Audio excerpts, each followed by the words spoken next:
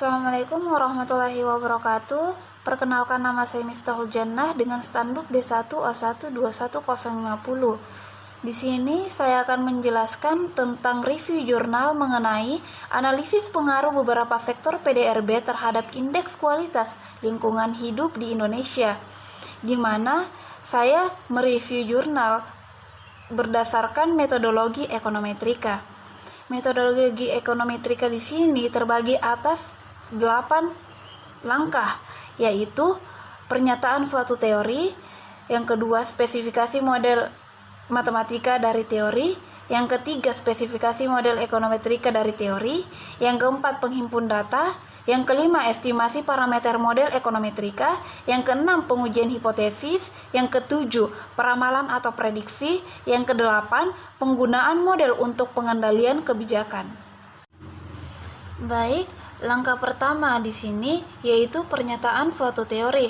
Pernyataan suatu teori di sini saya mengambil pendahuluan jurnal tersebut yang berbunyi, menurut Spratt dan Dunlop 2019, dalam jurnalnya dia memproyeksi bahwa dunia di tahun 2050 dunia akan mengalami bencana alam yang sangat besar seperti kekurangan air bersih, udara yang sangat kotor dan tidak sehat, kebakaran hutan, peningkatan kebutuhan sumber daya alam karena populasi manusia mengalami pertumbuhan sekitar 3 kali lipat, serta suhu yang tinggi mengakibatkan es di kutub mencair sehingga terdapat negara yang nantinya akan tenggelam tak terkecuali Indonesia.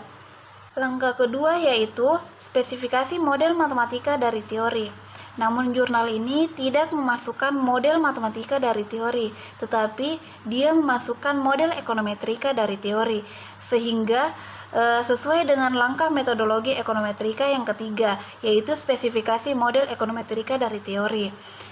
Spesifikasi ini saya mengambil di bagian metode dalam jurnal.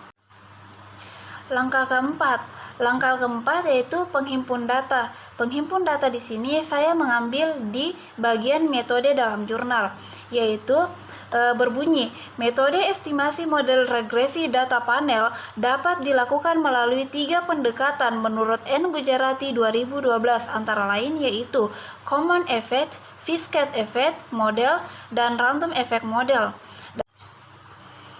Dalam analisis data panel menurut Kuncoro 2014 terdapat 3 macam pengujian untuk melakukan pemilihan model, antara lain yaitu uji Chow, uji Hausman, dan uji Lagrange multiplier. Yang langkah kelima yaitu estimasi parameter model ekonometrika. Estimasi parameter model ekonometrika di sini saya mengambil dari metode, yaitu analisis data panel. Yang keenam, pengujian hipotesis. Pengujian hipotesis di sini saya mengambil dari metode di dalam jurnal, yaitu uji F dan uji T. Yang langkah ketujuh, peramalan atau prediksi. Sayangnya jurnal ini tidak memasukkan peramalan atau prediksi. Serta langkah yang kedelapan yaitu penggunaan model untuk pengendalian kebijakan. Lagi-lagi jurnal ini tidak menggunakan atau tidak memasukkan penggunaan model untuk pengendalian kebijakan.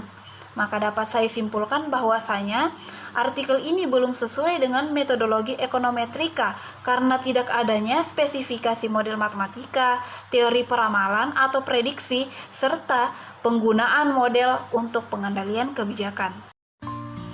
Baik, sekian dari saya mengenai pemaparan tentang review jurnal berdasarkan metodologi ekonometrika. Jika ada salah kata mohon dimaafkan. Wabillahi taufiq wal hidayah. Wassalamualaikum warahmatullahi wabarakatuh.